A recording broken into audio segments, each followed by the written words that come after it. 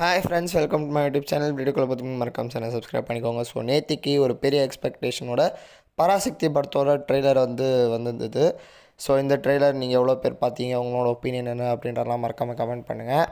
இந்த படம் இந்த படத்தோட ஸ்டோரியாக இருக்கட்டும், இதெல்லாம் நம்ம ஏற்கனவே ஓரளவுக்கு ஒரு ஐடியா இருக்கும்.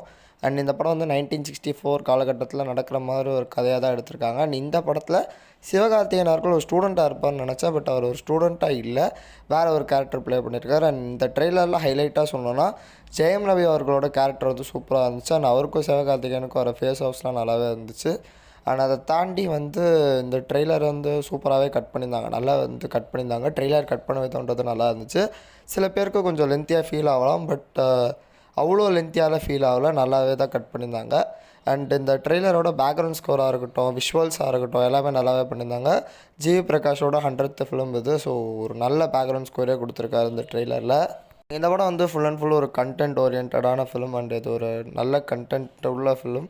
ஸோ இந்த படத்தோட ட்ரெய்லரை பார்த்தாலே தெரியுது அதை எந்த மாதிரி டெலிவர் பண்ணியிருக்காங்க அப்படின்றத. தேட்டரில் ஆடியன்ஸ்க்கு ஒர்க் ஆகிடுச்சினாலே போதும், இந்த படம் ஒரு பெரிய லெவலில் ஹிட் ஆகிறதுக்கு நிறைய சான்ஸ் இருக்குது. ட்ரெய்லரில் காட்டின எல்லா ஷார்ட்ஸுமே அதர்வா அவர்கள் வரதாக இருக்கட்டும், சிவகார்த்திகேயன் வரதாக இருக்கட்டும், ஜெயம் ரவி வரதாக இருக்கட்டும், அண்ட் ஸ்ரீலீலா வரதாக இருக்கட்டும், எல்லாமே சூப்பராகவே இருந்துச்சு.